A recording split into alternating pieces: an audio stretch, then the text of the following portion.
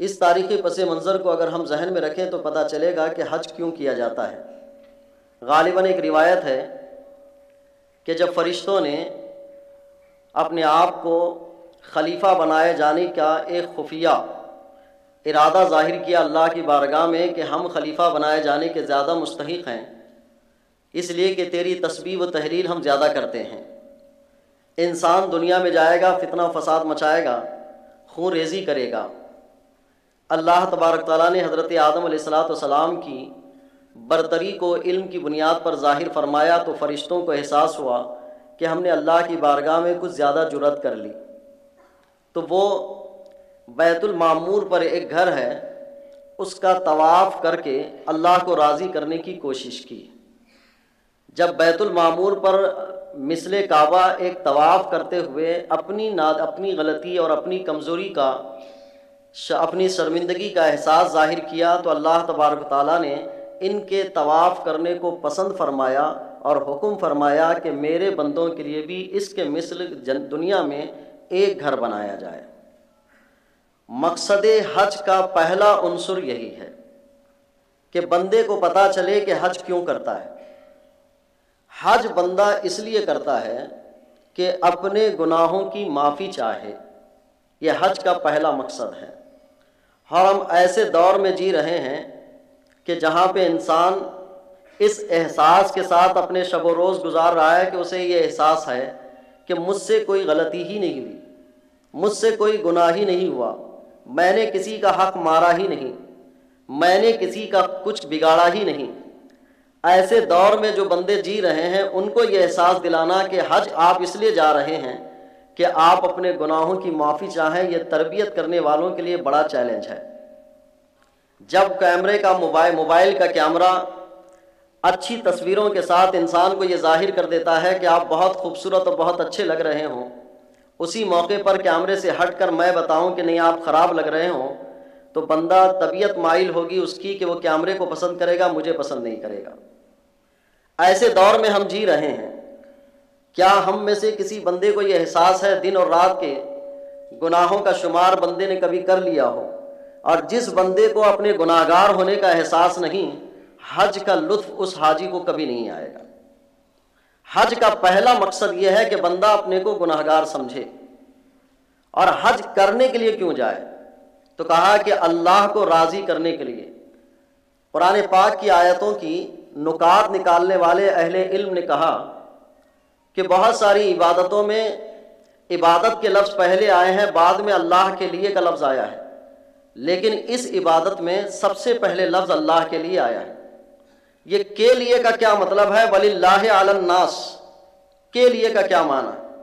اس کے لیے کو اگر ہمیں آپ کو سمجھنا ہو، جب ہمارے گھر کسی کی شادی ہوتی ہے تو ہر آدمی شادی کی تیاری کے لیے لگتا ہے تو ایک ہی بات بولتا ہے، آپ کپڑے کیوں خرید رہے ہیں؟ کہا میرے بچے کی شادی ہے۔ کہا آپ فنکشن ہال کیوں منتخب کر رہے ہیں؟ کہا میرے بیٹی کی شادی ہے۔ آپ اچھے ڈشز کا انتخاب کیوں کر رہے ہیں؟ کہا میرے بیٹے کی شادی ہے۔ آپ سفر کیوں کر رہے ہیں؟ کہا میرے بیٹی کی شادی ہے۔ تو جس طرح شادی کے لیے یہ سارے کام ہوتے ہیں، اللہ نے یوں فرمایا کہ حج کے سارے کام اللہ کے لیے ہوں۔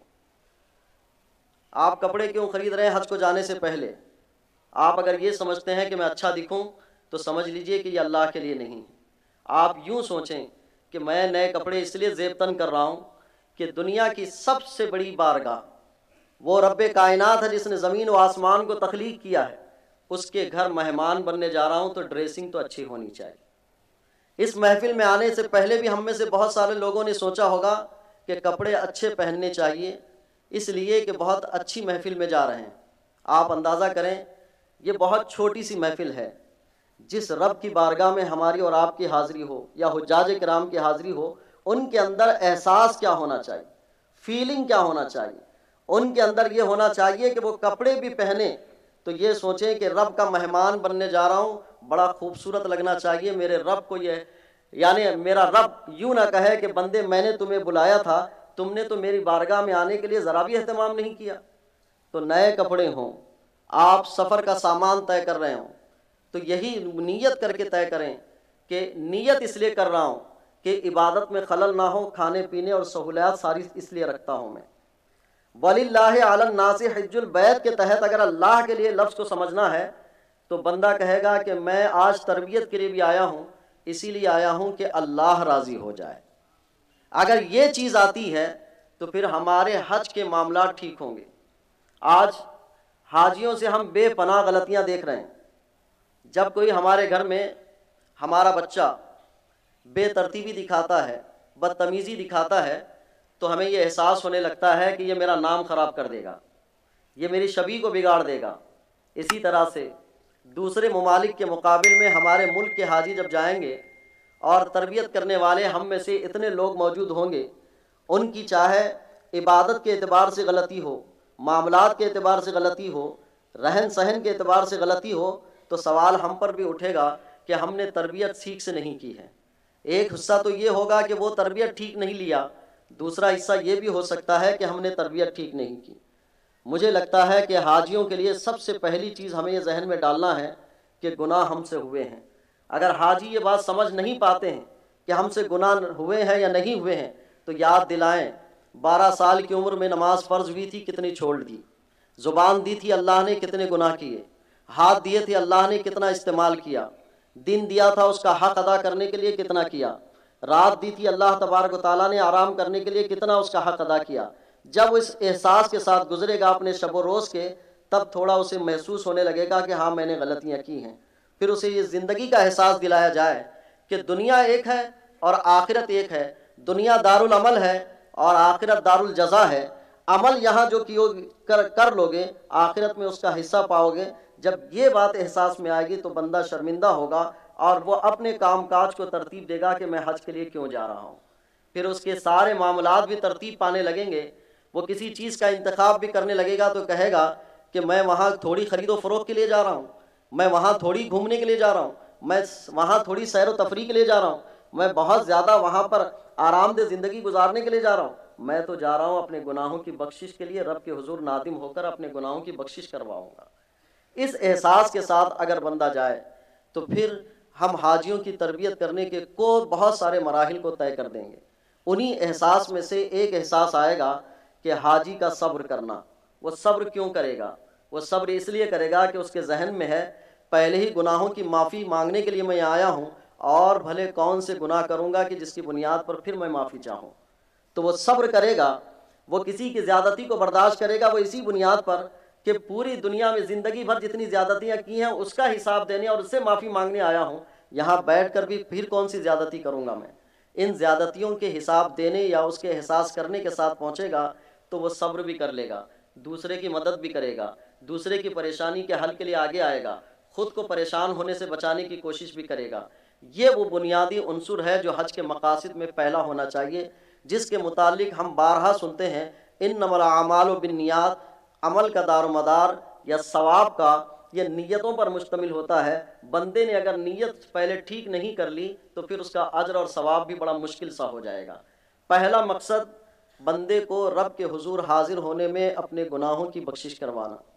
حج کے مقاصد کو علماء نے بہت زیادہ ذکر کیا ہے کہ کتنے مقاصد ہو سکتے ہیں حج کے۔ میں حج کے فرائض و ارکان کو مختصر طور پہ ذکر کروں گا، اس سے پہلے کچھ حج کے مقاصد پر تھوڑی روشنی مل جائے کہ مقاصد حج کیا ہیں۔ انفرادی طور پر ایک حاجی جب حج کر رہا ہے تو اس کا ذاتی فائدہ بھی ہے، اس کا گھریلو فائدہ ہے، اس کا خاندانی فائدہ ہے، پھر اس کے ساتھ ساتھ وہ جس ملک سے جاتا ہے اس کا فائدہ ہے۔ سارے فائدے اس حج کے ساتھ جڑے ہوئے ہیں۔ حج کے فوائد میں علماء کرام نے جن کو ذکر کیا ہے، حج کا پہلا مقصد ہوتا ہے اللہ کی رضا، جس کے لیے قرآن نے کہا وَلِلَّهِ عَلَى النَّاسِ۔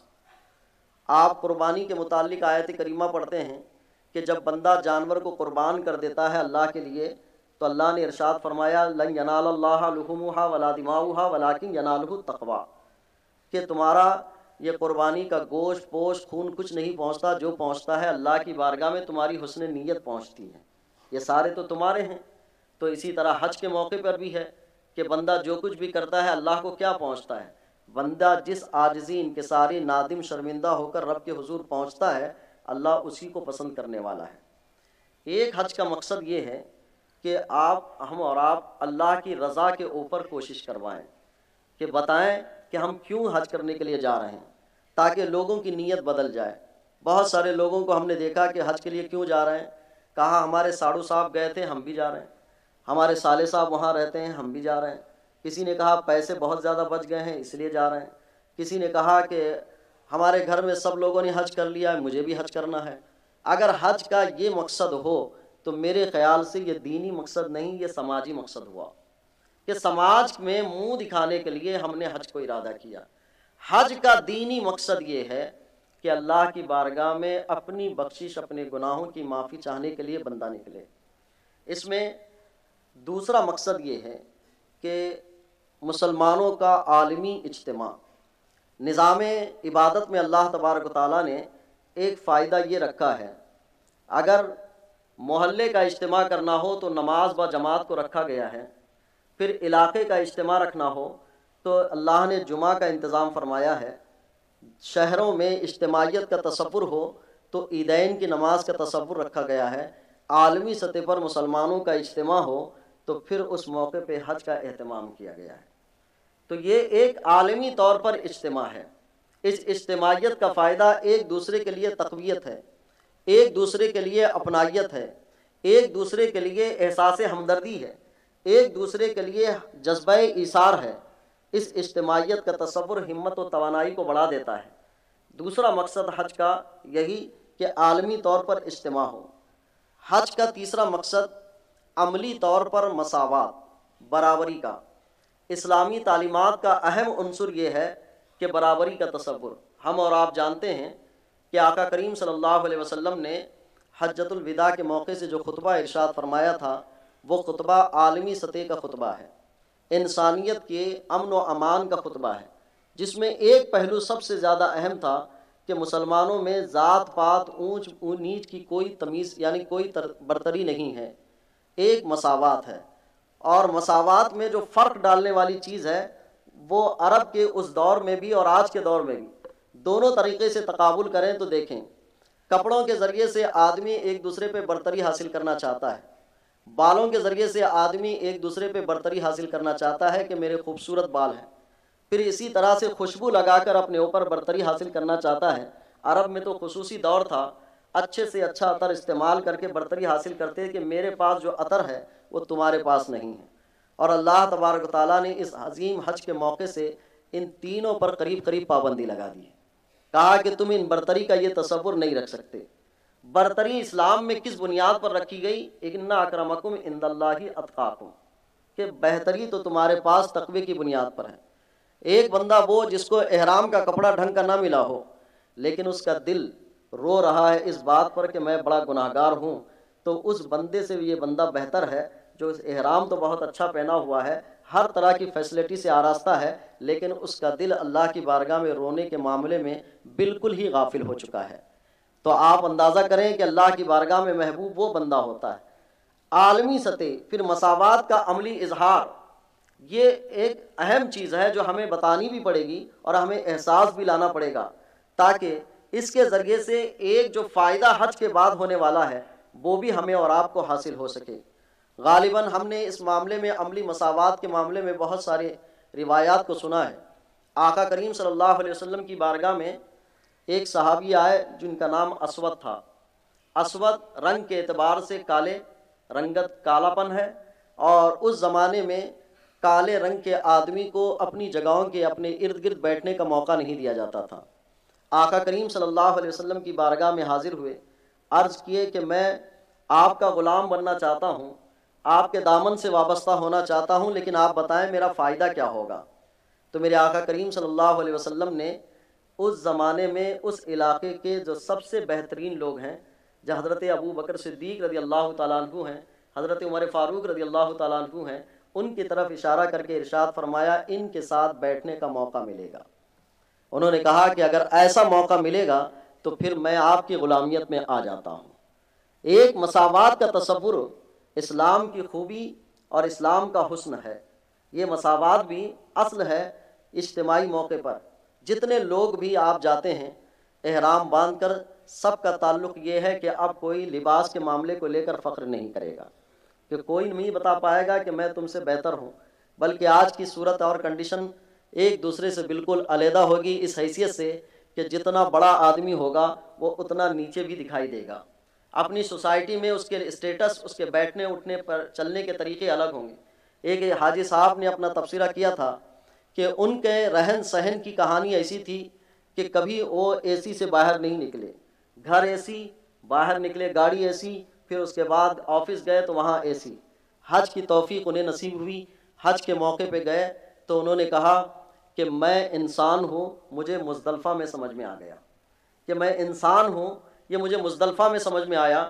مجھے مینا میں بھی ٹینٹ ملا، میں ہوٹلوں میں بھی رہا، لیکن مزدلفہ کے میدان میں آسمان تلے جب نیچے تھا تو مجھے محسوس ہوا کہ میں عام انسان کی طرح ہوں۔ اس مساوات کا یہ تصور ان تعلیمات میں رکھا ہوا ہے۔ اس کے علاوہ حج کا ایک مقصد ہے ہمیں ماضی سے جوڑ دینا، کہ تاریخ سے ہماری وابستگی کرنا۔ حج کے جتنے ارکان ہیں آپ تفصیل سے دیکھ لیں، حضرت ابراہیم علیہ السلام کے طریقے کو اللہ تبارک تعالیٰ نے باقی رکھا ہے، اور یہ باقی رکھنا تاریخ سے جوڑ دینا ہے۔ حضرت ابراہیم علیہ السلام نے اللہ کی بارگاہ میں دعا کی تھی کہ مولا میرا ذکر اچھوں میں کیا جائے اور میں اچھوں میں رہوں اور میرا ذکر باقی رکھا جائے۔ اللہ تبارک تعالیٰ نے اس دعا کو قبول فرمایا۔ جو امت قیامت تک رہنے والی ہے اس امت کے اعمال اور ان کی عبادتوں میں حضرت ابراہیم علیہ السلام کے ذکر کو شامل کر دیا۔ تاریخ سے جوڑ دینا ہے وہ کعبۃ اللہ جس کی تعمیر اول حضرت آدم علیہ نبینا علیہ السلام کے ذریعے سے کی گئی، جس کی تعمیر دوم حضرت ابراہیم علیہ السلام و حضرت اسماعیل علیہ السلام کے ذریعے سے اللہ نے فرمائی، تو وہ تاریخ سے جوڑ دینا ہے۔ پھر مقام ابراہیم ہے، صفا و مروہ کی دوڑ ہے، پھر مینا ہے، مزدلفہ ہے، وہ عرفات ہے۔ یہ سارے تاریخی پس منظر سے جڑے ہوئے ہیں۔ جب بھی تربیت کرنے والے تربیت کریں تو بتائے کہ ہمیں اپنی ماضی سے جوڑ دیا جاتا ہے، ماضی کی تاریخ کو برقرار رکھنے کے لیے احساس دلایا جاتا ہے۔ تو یہ تاریخی پس منظر کو باقی رکھنا بھی ایک حج کا مقصد ہے کہ آپ آئیں، سنت ابراہیمی کے ادا کرنے کو اپنا طریقہ بنا لیں۔ آقا کریم صلی اللہ علیہ وسلم نے ارشاد فرمایا میں ابراہیم خلیل اللہ کے ملت پر ہوں، یعنی ملت خلیلی پر ہوں۔ تو اس تاریخ کو بھی دوبارہ ظاہر کرنے کے لیے اللہ تبارک و تعالیٰ نے حج کے فریضے کو رکھا ہے۔ اور ایک اہم مقصد حج کا ہے تربیت انسانی۔ ہر انسان کو تربیت کی ضرورت پڑتی ہے، چاہے وہ عمر میں چھوٹا ہو یا بڑا ہو، بلکہ اہل علم کے مطابق انسان آخری دور میں بھی ہوتا ہے، مرنے کے قریب بھی ہوتا ہے، تب بھی اس کو تربیت کی ضرورت پڑتی ہے۔ یہ الگ بات ہے کہ ہم اور آپ اپنی عمروں کے حساب سے، اپنے اپنے شعبے کے حساب سے یہ سمجھ لیتے ہیں کہ اب مجھے کسی کی تربیت کی ضرورت نہیں ہے۔ یہی سوچ ہمیں کسی کی تربیت حاصل کرنے سے روک بھی دیتی ہے۔ انسان آخری مرحلے تک تربیت حاصل کرے۔ حج انسان کی کیا تربیت کرتا ہے؟ تربیت ظاہری بھی کرتا ہے، باطنی بھی کرتا ہے، روحانی بھی کرتا ہے، دینی بھی کرتا ہے، لیکن بندہ اس کو محسوس کرے ان تربیت کے طریقوں کو کہ کیسے کیسے تربیت کرتا ہے۔ اور اس تربیت کے بعد انسانی زندگی میں تھوڑی بہت تبدیلی آ جانا چاہیے۔ 35 دن 40 دن وہ اپنے گھر و بار کو چھوڑ دیتا ہے، اپنے دوست احباب کو چھوڑ دیتا ہے، گھریلو زندگی سے دور ہو جاتا ہے، کاروبار حیات سے دور ہو جاتا ہے، صرف اللہ کی عبادت کے لیے اپنے آپ کو منتخب کرتا ہے، تو پھر حج اس کی تربیت کس انداز سے کرتا ہے؟ اس کو بہت سارے گناہوں سے بچا دیتا ہے، بہت ساری بیہودگی چیزوں سے بچا دیتا ہے، اس کو فضولیات سے بچاتا ہے، پھر اس کے اندر روحانیت پیدا کرنے کی کوشش کرتا ہے، اس کو ذکر و اذکار کا عادی بنا دیتا ہے، وقت پر عبادت کرنے کا شوق بیدار کرتا ہے۔ بہت ساری تربیت عناصر حج کرتا ہے، اور وہ تربیت عناصر وہ بندہ لے کر آئے تو اپنی زندگیوں میں تبدیلی محسوس کر سکتا ہے۔ اسی لیے علماء نے فرمایا کہ حج کے مقبول ہونے کی علامت یہ ہے کہ بندہ جب حج سے واپس آئے تو اپنی زندگی میں تبدیلی محسوس کرے۔ لیکن کتنے لوگ ہم میں سے حج کر کے آ کے اپنی زندگی میں تبدیلی محسوس کرتے ہیں؟ میرے استاد تو کہا کرتے ہیں انسان ہر طرح کی تبدیلی کو تھوڑا محسوس کرتا ہے۔ جب بال بنا لیتا ہے سر پہ تو سر کا ہلکا محسوس کرتا ہے، نہا کر آتا ہے تو تھوڑا ہلکا محسوس کرتا ہے، سفر سے جب آتا ہے ٹرین سے تو کچھ دیر تو یہ محسوس ہوتا ہے کہ وہ ٹرین میں ہی ہے۔ لیکن عجیب اتفاق ہے ہم میں سے کہ 35-40 دن حج سے ہم چلے آتے ہیں، وہی صورتحال ہم پر ہوتی ہے جیسے ماہ رمضان پورا گزر گیا، عید کا چاند دکھتے ہی اپنی اصلیت پر آ گئے۔ تو یہ تربیت ہماری نہیں ہو پاتی ہے، نہ جانے سے پہلے ہوتی ہے، نہ 35 دن ہونے کے بعد ہوتی ہے، بلکہ ہماری تربیتیں ایسی لگتی ہیں کہ چکنا پتھر ہو گیا ہے کہ پانی جتنا بھی اچھا ڈالو یہ پیچھے سے اتر ہی جاتا ہے، کچھ بھی جذب نہیں کرتا۔ کتنے حجاج کرام ہیں کہ واپس تشریف لاتے ہیں تو زندگیوں میں تبدیلی محسوس کرتے ہیں۔ اللہ نے جس کو توفیق دی، اگر وہ محسوس کر لیے تو کر لیے، لیکن نہ ہم نے ان پر توجہ دلائی، نہ وہ خود توجہ دیے، نہ انہیں یہ ماحول مل سکا۔ اسی لیے حج کا ایک مقصد یہ ہے تربیت کرنا۔ علماء کرام 8-8 سال درس نظامی پڑھ کر آتے ہیں، پھر انہیں یہ کہا جاتا ہے کہ اب تمہاری زندگی بدل گئی، کہ 8 سال کے بعد اب تمہیں تمہاری زندگی اس طرح سے گزارنی ہے کہ قوم کو اللہ کا ڈر دکھانا ہے، اللہ کا خوف بتانا ہے، اللہ کی رضا کے لیے زندگی گزارنا ہے۔ تو کہا اگر 8 سال پڑھنے کے بعد بھی تمہارے اندر یہ کیفیت نہیں آتی ہے، تمہیں عالم کہے جانے کے لیے مناسب نہیں ہے۔ اسی طرح اگر حاجی 35 دن اپنی تربیت حاصل کرنے کے بعد تربیت کا عنصر لے کر نہ آئے تو پھر ہمیں یہ کہنا الحاج لکھ لوں، حاجی کہلاؤں، تھوڑا مشکل سا لفظ ہوگا، کیونکہ تربیت اس بندے کے اندر پائی نہیں جاتی۔ جو مٹھائی میٹھی نہ ہو اور جو اچار کھٹا نہ ہو، نہ اس کو نام میٹھا دیا جاتا ہے، نہ اس اچار کو کھٹا کہا جاتا ہے۔ عجیب اتفاق ہے، حاجی کے پاس حاجی کے تمام تربیتی عناصر میں سے کچھ حصہ بھی موجود نہیں ہے، لیکن کوئی لکھنے سے چھوڑتا نہیں ہے کہ میں حاجی ہوں۔ ہونا تو یہ چاہیے کہ حاجی کا لیبل اس پر لگے جس کے پاس حج کی تربیت آ گئی۔ یہ وہ مقاصد ہیں جو حج کو جانے سے پہلے ہمیں اور آپ کو ہر حاجی کے ذہن میں ڈالنا ہوگا۔ میں یہ محسوس کر رہا ہوں بار بار کہ حاجی حج کے لیے جاتا ہے تو ایک سماجی حج کر کے آتا ہے، دینی حج کر کے نہیں آتا۔ دینی حج کے فوائد الگ ہیں، سماجی حج کے فوائد الگ ہیں۔ سماجی حج کر کے آئے گا تو وہ سیر و تفریح کا ماحول پیدا کرے گا، دینی حج کر کر آئے گا اس کا گھر ٹھیک ہوگا، اس کا محلہ ٹھیک ہوگا، اس سے بہتری بہت آئے گی، وہ زندگی میں اپنے لیے تبدیلی محسوس کرے گا ان چیزوں کے ساتھ۔ ورنہ وہ ویڈیو یا وہ فوٹو ہماری آنکھیں دیکھ کر کبھی حیرت زدہ نہ ہوتی کہ حرم پاک میں ایک شخص بیٹھا ہوا ہے اور گیم کھیل رہا ہے۔ اگر ایسی تصویریں ہمارے پاس آتی ہیں تو پھر میں اس حج کو دینی حج کیسے نام دے سکتا ہوں کہ جس بندے کے اندر اپنی زندگی میں کچھ بھی تبدیلی لانے کا کوئی ذوق و شوق موجود نہیں۔ شاید وہ بندہ یہ سمجھتا ہے کہ میں نے کوئی گناہ ہی نہیں کیا ہے، جبکہ میں دیکھ رہا ہوں کہ یہ گناہ کا کام کر رہا ہے۔ جب وہ وہاں رہ کر گناہ کا کام کرے اور وہاں باز نہ آئے تو بتائیے اس بندے کو زندگی میں کون سی ایسی بارگاہ ملے گی کہ جہاں وہ جا کر توبہ و رجوع کر لے۔ حج کے موقع سے ایک روایت میں نے سنی کہ ایک شخص تھا جو حج کے لیے نکلا اور ساتھ میں اس سفر میں ایک بزرگ بھی ان کے پاس موجود تھے۔ ان بزرگ نے اس شخص کو دیکھا کہ بہت گریہ وزاری کے ساتھ وہ اللہ کی بارگاہ میں اپنی دعائیں کر رہا ہے۔ تو جب دعائیں کر رہا ہے تو ان بزرگ نے بڑا دیکھا کہ اتنی ذوق و شوق کے ساتھ دعائیں کر رہا ہے، شاید یہ بہت زیادہ عاجز ہے، بڑا نادم ہے۔ لیکن جب حج کے ایام شروع ہوئے، اس نے لبیک کی صدائیں لگائی تو غیب سے ندا آتی ہے، لا لبیک، تیری لبیک قبول نہیں ہے، تیرا آنا قبول نہیں ہے، تیرا یہاں حاضر ہونا قبول نہیں ہے۔ وہ بزرگ اس غیبی ندا کو سنتے ہیں تو پریشان ہوتے ہیں کہ اتنی گریہ وزاری کے ساتھ یہ رب کے حضور دعا مانگتا ہے اور لبیک کہتا ہے لیکن اس کی لبیک قبول نہیں ہوتی ہے۔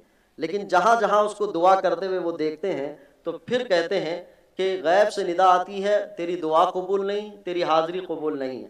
جب حج پورا مکمل ہو جاتا ہے تب اس بندے سے وہ بزرگ کہتے ہیں کہ میں نے غیبی ندا سنی کہ تیرے سارے کام پر اللہ ناراض ہے۔ تو اس شخص نے کہا 37 سال سے حج کر رہا ہوں اور 37 سال سے یہی سن رہا ہوں، 37 سال سے حج کر رہا ہوں، 37 سال سے یہی سن رہا ہوں۔ تو ان بزرگ نے کہا کہ 37 سال حج کر کے بھی تجھے یہ محسوس نہیں ہوا کہ تو قبول والا نہیں ہے؟ تو اس بندے نے کہا اگر میں قبول والا نہیں ہوں تو پھر جاؤں کہاں؟ یہی بارگاہ ہے، یہیں جاؤں گا۔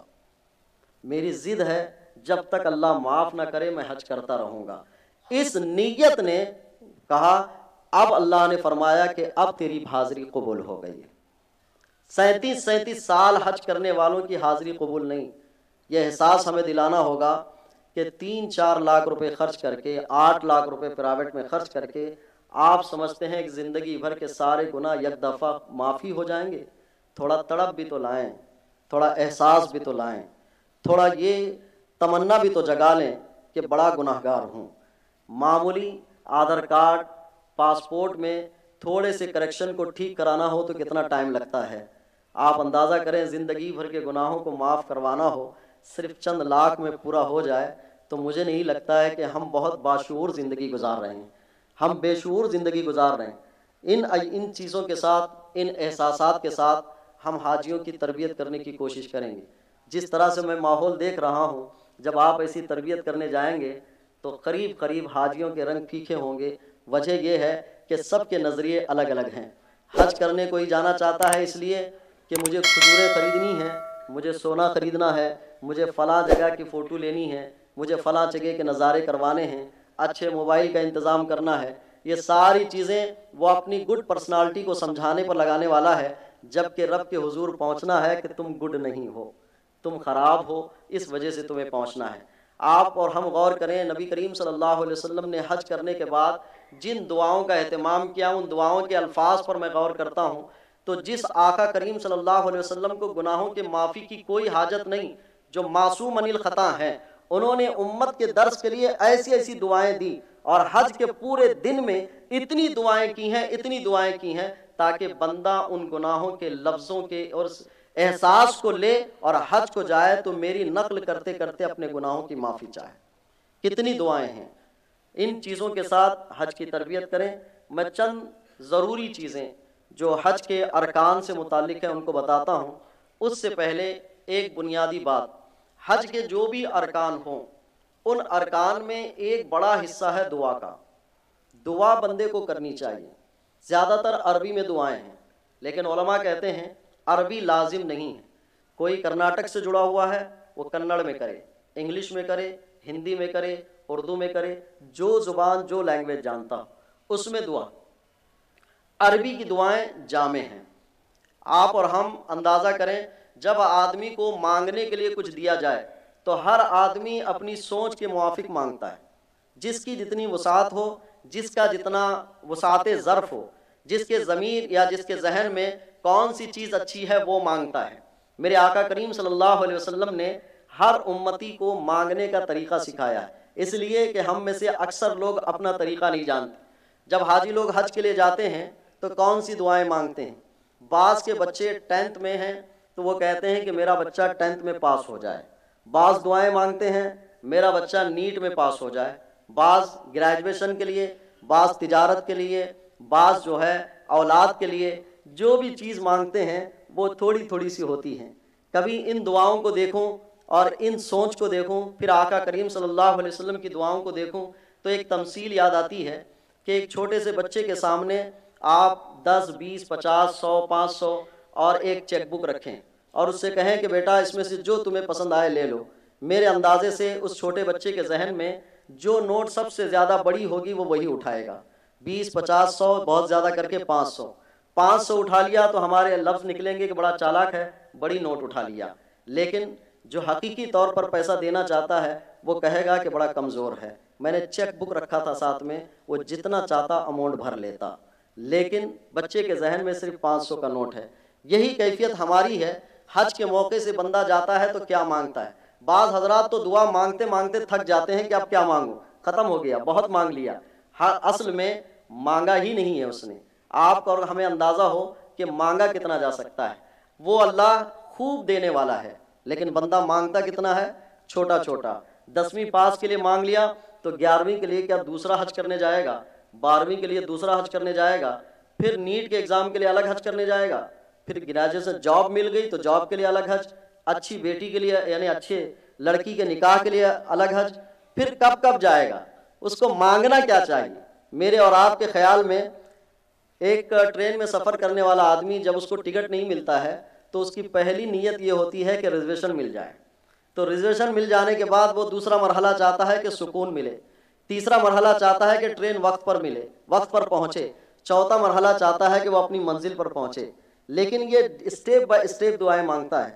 اصل میں دعا مانگنی چاہیے کہ اللہ سفر کو آسان کر، منزل کو اپنی مقصود تک پہنچا دے، اب وہ چاہے آپ کو کسی بھی حیثیت سے پہنچائے۔ اسی طرح سے بندے کو جو مانگنا ہے وہ دنیا و آخرت کی بھلائی مانگنی، دنیا و آخرت کی۔ اب سے ایک روایت ضرور ذکر کروں گا۔ آقا کریم صلی اللہ علیہ وسلم نے صحابہ کے مجمع میں ارشاد فرمایا کہ تمہیں حضرت موسیٰ علیہ السلام کی عورت کی طرح مانگنا بھی نہیں آتا ہے۔ صحابہ نے عرض کی کہ یا رسول اللہ وہ کیا مانگنا تھا؟ کہ حضرت موسیٰ علیہ السلام اپنی قوم کو لے کر بیت القدس کی طرف جانے کے لیے تیار ہوئے، راستہ بیچ میں گم ہو گیا، مل نہیں رہا تھا۔ حضرت موسیٰ علیہ السلام نے لوگوں سے پوچھا کہ راستہ نہیں ملتا ہے، کیا کریں؟ بہت سارے لوگوں کو پوچھا گیا کہ راستہ نہیں معلوم۔ ایک شخص نے کہا کہ میں جانتا ہوں کہ راستہ تو نہیں جانتا لیکن ایسے کو جانتا ہوں جو راستہ بتا دے۔ حضرت موسیٰ علیہ السلام نے جب کہا تو اس شخص سے ملنے کے لیے گئے۔ وہ ایک خاتون تھی، وہ خاتون بیت القدس کا راستہ جانتی تھی۔ حضرت موسیٰ علیہ السلام نے کہا کہ تم بیت القدس کا مجھے راستہ بتا دو۔ تو بیت القدس کا راستہ بتانے کے لیے کہا تو اس خاتون نے کہا راستہ تو بتا دوں گی لیکن اس کی اجرت لوں گی، کچھ پیسہ لوں، یعنی کچھ لوں گی۔ حضرت موسیٰ علیہ السلام نے کہا جو تمہارا حق بنتا ہے وہ لے لو۔ تو وہ اس خاتون نے کہا کہ مجھے راستہ بتانے کے بدلے میں جنت میں آپ کے بازو محل چاہیے۔ آپ اور ہم اندازہ کریں، میں یہاں پر لال قلعے کا راستہ پوچھوں اور اس کے بدلے میں 1 کروڑ روپے مانگوں تو سب ہنسیں گے۔ اور جنت میں حضرت موسیٰ علیہ السلام کے محل کے بازو محل کا مطلب یہ ہوا کہ جنت کے 100 درجے ہیں، 100 درجوں میں سے یعنی آخری پہلا درجہ انبیاء اکرام کا ہے جس کو جنت الفردوس کہا جاتا ہے۔ ایک مسلمان جو بہت کمزور ہوگا وہ جنت کے آخری درجے میں ہوگا اور اعلیٰ درجے میں انبیاء اکرام ہوں گے۔ اس خاتون نے مانگا تو کہا کہ جنت میں آپ کے محل کے بازو میرا محل ہو۔ حضرت موسیٰ علیہ السلام نے کہا اتنی چھوٹی بات کے لیے اتنا تو نہیں ملے گا۔ تو کہا آپ واپس پلٹے، اللہ کی طرف سے ارشاد ہوا موسیٰ دے دو۔ جب حضرت موسیٰ علیہ السلام کو ارشاد ہوا کہ دے دو، وہ خاتون لی۔ میرے حضور نے یہ واقعہ بیان کر کے ارشاد فرمایا کہ تمہیں حضرت موسیٰ علیہ السلام کے دور کی خاتون کی طرح مانگنا بھی نہیں آتا ہے۔ دعائیں جو مانگنی چاہیے وہ کیا مانگے؟ حضرت عائشہ صدیقہ رضی اللہ تعالیٰ عنہا سے روایت ہے، شب قدر کا وہ لمحہ اگر میں پاؤں تو یا رسول اللہ کیا طلب کروں رب سے؟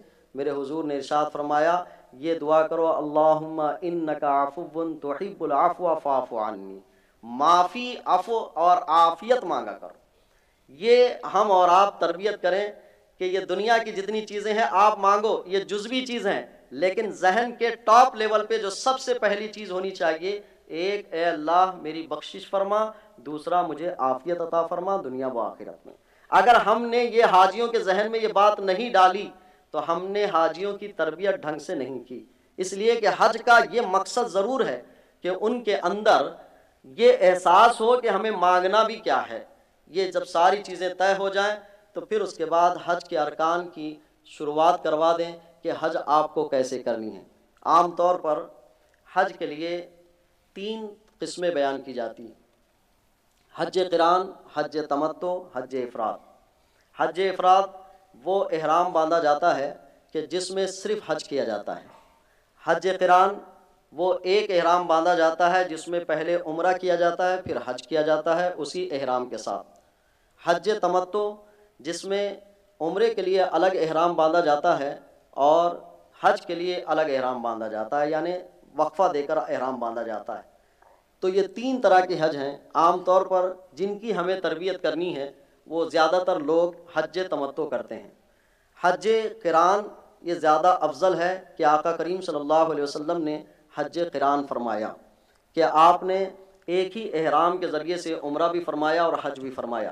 اگر کسی بندہ مومن کو ترغیب دے سکتے ہیں کہ حج قران کرو اور اس کے مسائل اور اس کے اسباب وسائل بھی بیان کر دیا جائے تو بہت اچھا ہوگا۔ آخر دنوں میں جو لوگ حج کے لیے جاتے ہیں ان کے لیے حج قران کی سہولت ہو سکتی ہے۔ زیادہ تر حج تمتع کرتے ہیں۔ حج تمتع میں عمرہ کرایا جاتا ہے۔ عمرے کے لیے جن چیزوں کی ضرورت ہے وہ آپ کو کتابوں میں ویڈیو کے ذریعے سے ملے گی۔ میں سرسری طور پر اس کا تذکرہ کرتا ہوں کہ ارکان کی ادائیگی میں کون سی چیزیں ہمیں اور آپ کو کرنی ہوتی ہیں۔ وہ کہ عمرے کا جب احرام باندھا جاتا ہے، چاہے مدینے کی طرف سے روانگی ہو چاہے جدہ کی طرف سے روانگی ہو، مدینے کی طرف سے روانگی ہو تو احرام ہمیں یہاں نہیں باندھنا ہے، ذوالحلیفہ یعنی ابیار علی میں باندھنا ہے جو مدینے سے تھوڑا سا باہر ہے، وہاں احرام باندھنا ہے۔ احرام کی پابندیاں کیا ہیں، تفصیل مسئلہ ہے، اور اس میں بہت سارے لوگ جانتے ہیں، میں اس گفتگو کو بہت زیادہ نہیں ذکر کروں گا۔ ذہن میں اہم چیزیں رکھنی کیا ہوتی ہیں۔ احرام کے لیے کپڑا احرام نہیں ہے۔ احرام کا معنی ہوتا ہے حرام کرنا۔ آج بندہ بہت ساری چیزوں کو اپنے اوپر حرام کر لے رہا ہے۔ کس لیے کر رہا ہے؟ اللہ کی رضا کے لیے کر رہا ہے۔ اللہ اس کو اپنے گھر بلایا کچھ پابندیوں کے ساتھ، تو بندے نے کہا کہ مولا جو پابندیاں تو مجھ پر لاگو فرمائے گا میں نے آج اپنے اوپر وہ حرام کر لی ہے۔ اس کو احرام کہتے ہیں۔ احرام کا لفظی معنی حرام کرنا، اور اس کی علامت ہے 2 کپڑے، جس کو ہم احرام کا کپڑا کہتے ہیں۔ مردوں کے لیے 2 کپڑے ہیں، عورتوں کے لیے کوئی کپڑا نہیں ہے احرام کا، سوائے اس کے کہ وہ اپنے پورے بدن کو ڈھانک لے، چہرہ کھلا رکھیں۔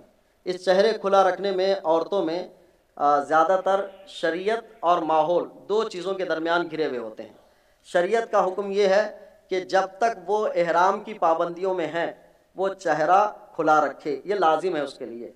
جب احرام میں نہیں ہے یا عمرہ اور حج کے ارکان نہیں کر رہی ہے تو اس کے لیے یہ ہے کہ وہ چہرے کو ڈھانک لے۔ لیکن ماحول کیا ہوتا ہے وہاں پہ؟ جو خواتین یہاں پر پردے کی عادی ہوتی ہیں، ماحول دیکھتی ہیں کہ کچھ عورتوں کا چہرہ کھلا ہے تو یہ بھی کھلا رکھنے لگ جاتی ہیں، جبکہ وہ احرام والی نہیں ہوتی ہیں، تو ان کا دیکھا دیکھی یہ بھی کھول لیتی ہیں۔ انہیں چاہیے کہ اب یہاں پر بھی وہ پردہ کریں، اپنے چہرے کو چھپائے۔ صرف احرام کی حالت میں ہو تو وہ چہرے کو ڈھانک لیں، اور بہت ساری خواتین اس پر بھی اہتمام کرتی ہیں۔ ایک کیپ ملتی ہے جس کے سامنے سے ایک پردہ پڑا ہوا ہوتا ہے، جو احرام کی پابندیوں کے ساتھ پردے کا کچھ تو لحاظ کیا جاتا ہے۔ تو عورتوں کے لیے کوئی پردہ نہیں، کوئی احرام کا خاص الگ سے کپڑا نہیں۔ مردوں کے لیے 2 بغیر سلے ہوئے کپڑے، ایسے شخصوں کے لیے جن کے پاس مجبوری نہ ہو۔ مجبوری والوں کے الگ احکام ہیں، وہ علماء اکرام سے ضرور پوچھ لیجیے گا کہ جو لوگ مجبور ہیں ان کے کیا احکامات ہیں۔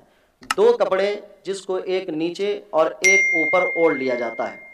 جب احرام کی پابندیاں شروع ہوتی ہیں تو احرام سر پہ نہیں ہونا چاہیے۔ جب احرام کی پابندیاں شروع نہیں ہیں تو سر پہ کپڑا رکھا جا سکتا ہے، منہ کھلا رہنا ہے، ہاتھ اور پیر بھی احرام میں کھلے رہیں گے، ان کو بند نہیں کیا جائے گا، نہ شوز کے ذریعے سے نہ ساکس کے ذریعے سے، یہ بھی کھلے رہیں گے۔ اس طرح سے احرام کی پابندیاں کب شروع ہوتی ہیں؟ ان میں احرام کی پابندیاں شروع ہوتی ہیں جب بندہ احرام کے کپڑے پہن کر نیت کرتے ہوئے لبیک اللہم لبیک لبیک لا شریک لک لبیک ان الحمد والنعمت ولک الملک لا شریک لک، جب یہ اپنی زبان سے نکالتا ہے تو یہاں سے احرام کی پابندیاں شروع ہوتی ہیں۔ اب وہ جب بھی احرام کا کپڑا پہنے وہ اپنی میقات سے پہلے پہنے اور میقات شروع ہونے سے پہلے پہلے ان الفاظوں کا استعمال کرے۔ جو لوگ ڈائریکٹ مکہ یا جدہ جانا چاہتے ہیں اور عمرہ کرتے ہیں ان کے لیے بہتر و مناسب یہ ہے کہ وہ ایئرپورٹ پہ احرام باندھیں اور پلین میں بیٹھ کر لبیک کہیں، اس لیے کہ احرام کی پابندیاں اب یہاں سے شروع ہوں گی۔ اگر وہ پہلے ہی کر لیں تو ہمارے جانے والے احباب بہت سارے ہوتے ہیں تو وہ گل پوشی کر رہے ہیں، مل رہے ہیں، پھر پھول لا کے ڈال دیتے ہیں، یا اندر پہن لیں تو کوئی ملتا نہیں، لیکن پھر اس کے باوجود بھی لوگ ایک دوسرے سے جڑے ہوئے ہوتے ہیں، بغیر کپڑے والے بھی ہوتے ہیں۔ وہ بہت ساری چیزیں ہوتی ہیں جن میں پابندیوں کا لحاظ بڑا مشکل ہو جاتا ہے۔ اسی لیے بہتر اور مناسب یہ ہے کہ وہ پلین میں بیٹھے، اور پلین میں بیٹھنے کے بعد جب سارے بیٹھ جائیں اور ایک دوسرے کی طرف سے رخ ختم ہو جائے اور پلین چلنے لگ جائے تو اب وہ لبیک اللہم لبیک کہے، تاکہ اس کی پابندیاں اب یہاں سے شروع ہو جائیں۔ تو یہ احرام کے بعد جب مکہ یا جدہ جہاں پر بھی پہنچیں اور جب عمرہ کرنے کا طریقہ آ جائے تو حج تمتع والے کے لیے پہلے عمرہ کرنا ہوتا ہے۔ اس سے پہلے گزارش یہ بھی کروں گا کہ حج کے ایام میں بہت ساری غلطیاں ہوتی ہیں، تو ہم حاجی کے لیے بہت ساری چیزیں بتا دیتے ہیں کہ آپ اتنے پیسے رکھ لیجئے، اتنا خرچ ہوگا، ایسے ایسے چیز ہوگی۔ ان خرچوں میں ایک خرچ یہ بھی ذکر کر دیجئے کہ 1-2 جانور ذبح کرنے کے بھی پیسے ایکسٹرا لے کے جائیے، اور کچھ صدقہ و خیرات کرنے کے پیسے بھی ایکسٹرا لے جائیے، اس لیے کہ کچھ غلطیاں ہوں گی تو اسی وقت خیرات اور صدقہ بھی کرنا ہوگا، اور کہیں کہیں ایک دم بھی دینا لازم ہوگا، تو اس کے پیسے بھی رکھ لیں۔ انسان بہت احتیاط کرنے کے باوجود بھی کہیں نہ کہیں غفلت میں کچھ نہ کچھ کر بیٹھتا ہے، تو اس کا بھی اہتمام ہونا چاہیے کہ وہ بھی ساتھ لے کے جائے، کچھ پیسے ایکسٹرا رکھ لے، ورنہ وہاں 2 چیزوں میں پھنسے گا وہ۔ جب اس کو لگے گا کہ ایک جانور ذبح کرنا ہے پھر یا اس کو کچھ صدقہ کرنا ہے تو پھر خیال بھی آئے گا کہ کھجور بھی لے جانی ہے، جانماز بھی لے جانی ہے، وہاں فلاں کو بھی لے جانی ہے، اس کو پیسے کم پڑ جائیں گے، تو وہ اپنی عبادت کے مقابل میں سماجی طریقے کو زیادہ ترجیح دے گا۔ اسی لیے اس کو یہ بھی بتا دیں کہ بھئی تھوڑے پیسے تم ایکسٹرا لے جایا کرو تاکہ تم پر دم بھی لازم آ جائے، تو اس صورت میں یہ طریقہ اختیار کریں۔ تو جب عمرہ کرنے کا طریقہ شروع کریں تو جیسے کہتے ہیں کہ آپ اور ہم جب مکہ شریف میں پہنچیں، وہ مکہ جس کی بڑی فضیلت آئی ہے، وقت کی گنجائش ہوتی تو مکہ کی فضیلتوں کو ذکر کیا جاتا کہ مکہ کی فضیلتیں کیا ہیں۔ ایک مسلمان کے ذہن میں مکہ وہ پہلا وہ گھر جس میں خدا کی عبادت کے لیے بنایا گیا، تو یہ مکہ بڑی فضیلتوں والا ہے۔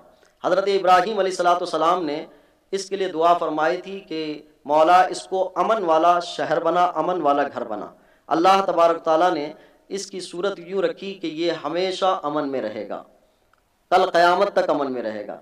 سارے فتنے آئیں گے دنیا میں اور ان فتنوں کا دور پوری دنیا میں پھیلتا رہے گا، لیکن فتنے جو سب سے بڑے ہوں گے جو دجال کا ہوگا، وہ فتنہ جب آئے گا جس سے روئے زمین کی ہر انسانیت متاثر ہونے والی ہوگی، جو 1% چھوڑ کر اس وقت وہ حرمین شریفین داخل ہونا چاہے گا، اللہ تبارک و تعالیٰ اس وقت اس کو داخل ہونے سے روکے گا۔ اس دعا کی سب سے بڑی تاثیر وہ ہوگی کہ اللہ اس کو امن میں رکھے گا۔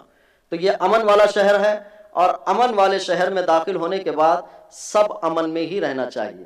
اور امن والے شہر میں داخل ہو کر بد امنی ہم اور آپ کرتے ہیں تو آپ اور ہم سمجھیں کہ ہم لائق نہیں ہیں، کہ کتنے مقامات ایسے ہیں کہ جہاں سائلنٹ رہنا ہوتا ہے، کتنے مقامات ایسے ہیں کہ جہاں پہ چوں چرا نہیں کرنا ہوتا ہے، وہاں ہم پوری رعایت کر لیتے ہیں۔ یہ پورا کا پورا شہر امن والا ہے، اور پورے کے پورے شہر کو اللہ تبارک و تعالیٰ نے عزتیں اور سرخوریاں دیے ہیں۔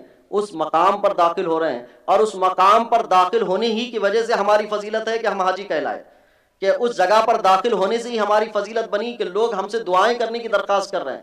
اس جگہ پر داخل ہونے ہی کی فضیلت ہے کہ آج ہم اللہ کی بارگاہ میں حاضر ہو کر اپنے آپ کو بڑا بندہ شمار کرنے کے طریقے پر آئے۔ بہت بڑی جگہ ہے، بہت عظمتوں والی جگہ ہے، امن والا شہر ہے، اور وہاں پر بہت ساری چیزوں کی ممانعت ہے، اور حدود حرم بھی ہے۔ ایک حرم کا تعلق ہے، ایک حدود حرم کا تعلق ہے، اور اس حدود حرم کے اندر امن کے پیغام کو ذکر کیا جاتا ہے۔ اس مکہ کی شہر میں اگر اس کی تاریخی پس منظر کو دیکھیں تو میں نے جیسے کہا کہ حج ہماری تربیت کرتا ہے، اس تربیت کے عناصر میں سے یہ ہے کہ کعبۃ اللہ کے تعمیر کے پہلے مرحلے کو اپنے ذہن میں رکھیں تو بہت سارے حج کے ارکان کرتے ہوئے یہ بات محسوس ہوگی کہ حج ہمیں کن چیزوں کا پیغام دیتا ہے۔ حضرت ابراہیم علیہ السلام جب اولاد نہ ہوئی تو آپ نے حضرت ہاجرہ سے جو نکاح کیا، ان سے اولاد ہوئی حضرت اسماعیل۔ حضرت سارہ نے کہا کہ آپ ان کو یہاں سے دور لے جائیں، اللہ کے حکم سے آپ بیت اللہ کی طرف لائے۔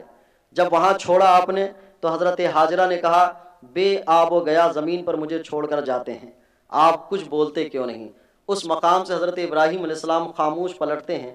حضرت ہاجرہ بار بار کہتی ہیں آپ مجھے بے آب و گیا زمین پر چھوڑ کے جاتے ہیں، آپ کو محسوس نہیں ہوتا میرے ساتھ ایک بچہ ہے، زیادہ سفر تھوڑا سا ہے، اگر میں یہ ختم ہو جائے تو پھر اس کے بعد زندگی کیسے گزاروں؟ حضرت ابراہیم علیہ السلام کچھ نہیں کہتے ہیں تو حضرت ہاجرہ کہتی ہیں اللہ کا حکم یہی ہے، تو آپ اشارتاً فرماتے ہیں تو آپ کہتی ہیں کہ جو رب ماں کے پیٹ میں بچوں کی غذاؤں کو فراہم کر دیتا ہے وہ مجھے آسمان کے نیچے بھی غذا فراہم کر سکتا ہے۔ ایک مکہ کی تاریخ کا یہ عنصر ہے۔ آج ہمیں اپنی سوسائٹی، اپنے معاشرے میں جس صبر کی تعلیم دینے کی بات کہی جا رہی ہے، اگر حجاج کرام اس واقعے کو تاریخی پس منظر کے ساتھ تربیتی عناصر میں بیان کر دیں کہ ایک خاتون اللہ کی اطاعت پر اپنے شوہر کی رضا پر راضی ہو جاتی ہے تو اس کو اللہ تبارک تعالیٰ قیامت تک کے لیے علامت بنا دیتا ہے۔ تو ہمیں اور آپ کو، خواتین کو صبر سیکھنے اور شوہروں کو بھی اطاعت کے جذبے سے سرشار کیا جا سکتا ہے کہ تمہیں اپنے خواتین کو اطاعت الہی پر صابر کروانا ہے اور خود بھی اطاعت الہی پر صابر رہنا ہے۔ یہ ایک تاریخی پس منظر بھی بتائیں تو عورت سیکھے گی کہاں؟ عورت یا مرد سیکھیں گے کہاں سے؟ یہی تربیتی عناصر کو بیان کریں گے تو سیکھیں گے، اگر نہیں بیان کریں گے تو حج کے جو دوسرے طریقے بیان کیے جاتے ہیں پھر وہی سیکھے جائیں۔ تو یہ طریقہ اگر بیان کریں، کعبۃ اللہ کی تعمیر کا یہ پہلا مرحلہ ہے، لیکن اس مرحلے کی بنیاد یہ ہے کہ ایک صبر پر رکھی گئی ہے، رضائے الہی پر رکھی گئی ہے۔ جس رضائے الہی کے حصول کے لیے حضرت ہاجرہ نے اپنے بچے کی پیاس کو بجھانے کے لیے وہ صفا و مروہ پر دوڑ لگائی، اس صفا و مروہ پہ دوڑ لگانا قیامت تک کے لیے علامت اور نشانی بنائی گئی۔ قرآن نے ذکر کیا ان الصفا والمروہ من شعائر اللہ، کہ یہ صفا و مروہ اللہ کی نشانیوں میں سے ایک نشانی ہے، اللہ کی علامتوں میں سے ایک علامت ہے کہ اللہ نے اس کو علامت قرار دیا ہے۔ جب کعبۃ اللہ کی تعمیر کا یہ مرحلہ اس حیثیت سے ذکر کیا جائے گا تو تھوڑی سی خواتین میں ہو یا مرد میں ہو، اللہ کی رضا کے لیے راضی ہونے کی ایک جھلک، ایک رمق تو کچھ پیدا ہو سکتی ہے۔ پھر کعبۃ اللہ کے سامنے حاضری، پہلی نظر، کہتے ہیں کہ پہلی نظر احادیث مبارکہ علماء اکرام کہتے ہیں دعا کی قبولیت کا۔ میں نے پہلے ہی بتا دیا کہ اب دعا کرنی کیا ہے، کیونکہ بہت ساری جگہوں پر دعاؤں کا تذکرہ آئے گا۔ بندہ دعا کیا کرے گا؟ مجھ سے اگر آپ پوچھیں کہ آپ دعا کیا کریں، میں کہوں گا کہ میں اپنی مرضی سے کچھ نہ کہوں، میرے نبی نے جو دعا کرنے کی تلقین فرمائی بس وہی کہوں گا۔ ایک قرآن کی وہ دعا ربنا آتنا فی الدنیا حسنہ وفی الآخرۃ حسنہ وقنا عذاب النار، دنیا کے دونوں حصے اس میں شامل رکھے گئے کہ مولا دنیا میری بھلی فرما، آخرت میری بھلی فرما، اور جہنم کے عذاب سے مجھے محفوظ فرما۔ تو جہنم کے عذاب سے محفوظ رکھ کر آخرت بھلی فرمانے کی یہ جو جامع دعا ہے، یا یہ دعا کر لیں پھر یا یہ دعا کہ اللہم انکا عفو تحب العفو فاعف عنا۔ ایک دعا اردو میں ذکر کی جاتی ہے کہ مولا جب میں جہاں کہیں جس موقع پر جس مرحلے میں دعا کروں وہ میری دعا قبول ہو جا۔ یہ دعا بھی بہت جامع ہے، اس لیے کہ بندہ پورا کانٹریکٹ لے کر آ رہا ہے کہ اب میں جہاں جب دعا کروں گا وہ دعا قبول ہوگی۔ تو یہ دعا بھی اردو میں ہے اس طرح سے، لیکن الگ الگ موقع سے الگ الگ دعا۔ کبھی انسانی زندگی پر اس پورے تصور کے علاوہ چھوٹی چھوٹی چیزیں ذہن میں بہت زیادہ بیٹھ جاتی ہیں، جیسے کہ اولاد نافرمان ہو چکی ہے، وہ ذہن میں اتنا بیٹھا ہوا ہے کہ بندہ کہتا ہے کہ یہ ٹھیک ہو جائے تو میں اپنی زندگی کو پورے روٹنگ پہ لاؤں گا۔ ایسے بندوں کے لیے ہے کہ اپنی اولاد کے لیے بھی دعا کریں۔ قرآن پاک میں دعاؤں کا تذکرہ آیا ہے۔ کوئی تجارت کے مسائل کو لے کر بہت پریشان ہے، وہ بھی چاہتا ہے کہ میں نیک بنوں لیکن میرے تجارتی مسائل ٹھیک ہو جائیں، تو تجارتی مسائل کے لیے بھی دعا کریں، ان کے لیے بھی دعائیں ہیں۔ اس دعاجی زندگی میاں بیوی میں بنتی نہیں ہے تو ان کے لیے بھی دعاؤں کا تذکرہ ہے۔ ربنا ھب لنا من ازواجنا وذریاتنا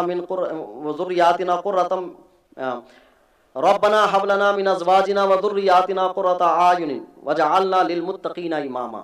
اور اپنے والدین کے لیے دعا کرنی ہے۔ قرآن نے ذکر ہے رب اغفر لی ولوالدی ولمن دخل بیتی مؤمنا وللمؤمنین والمؤمنات ولا تزد الظالمین الا تبارا۔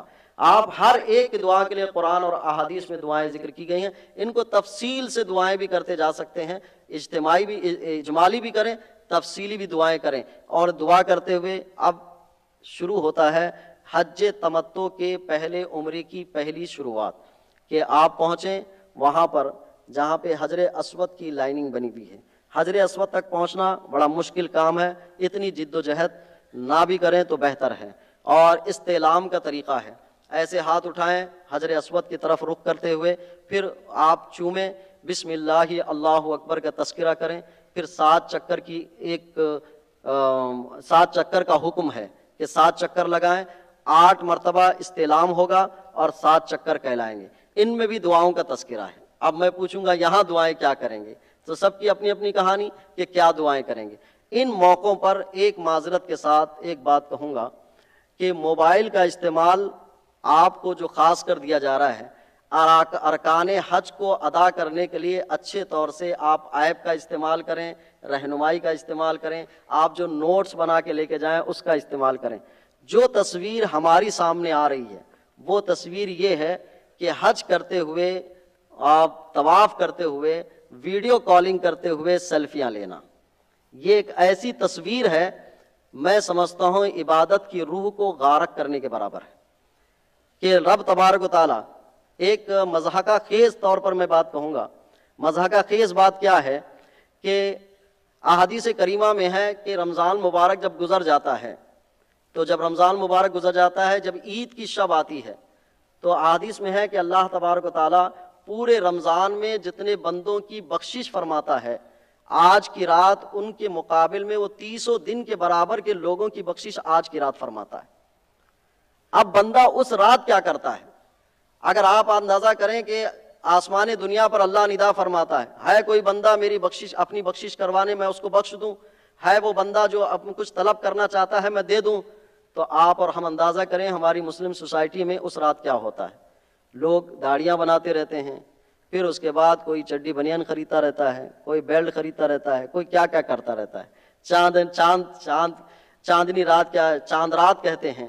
تو جس طرح سے وہاں غفلت برت کر اللہ کی بارگاہ سے اہم چیز کو لینے کے بجائے دوسری چیز لی جاتی ہے، آپ اندازہ کریں حج کے موقع پر بھی یہ سلوک ہم اور آپ کرتے ہیں کہ اللہ دینا کچھ اور چاہتا ہے اور بندہ لینا کچھ اور چاہ رہا ہے. کیا سب لوگوں نے رخصت اس نیت سے نہیں کیا تھا کہ آپ حج کو جا رہے ہیں؟ کیا ان کو یقین نہیں ہے کہ آپ حج کو گئے ہیں؟ کیا ان کو یہ اعتماد نہیں ہے کہ آپ نے یعنی طواف کیا ہی ہوگا؟ کیا ان کو شک ہے کہ آپ مکہ میں پہنچے ہی نہیں، صرف ٹخلا بنا کے آ گئے ہیں؟ سب کو یقین ہے. یہ ہم کس تصور کی طرف جا رہے ہیں، کس دنیا کی طرف جا رہے ہیں، کون سا مزاج دینا چاہ رہے ہیں؟ آج اس طرح کی ایک فوٹو آئی ہے کہ حرم کعبہ میں لوگ طواف کرتے کرتے ہوئے موبائل نکالے ہوئے ہیں اور موبائل سے جو لے رہے ہیں. اس جمعیت کی ایک فوٹو ایسی آئی ہے جس سے ہماری آنکھیں شرم سے جھک جاتی ہیں، ہمارا دل رونے لگتا ہے کہ جس اللہ تبارک و تعالیٰ نے بندوں کی بخشش کے ذریعے سے انعام و اکرام دینا چاہتا ہے، بندے کو چاہیے ہی نہیں ہے. بندے کو تو چاہیے سیلفی، بندے کو چاہیے اپنی نمائش. جس عبادت کے متعلق کہا جاتا ہے کہ نیکی کرو اللہ سے اس کی اجرت طلب کرو، بندے کو یہ احساس نہیں ہے کہ اجرت اللہ کی جانب سے، وہ تو خود چاہتا ہے کہ اجرت لے.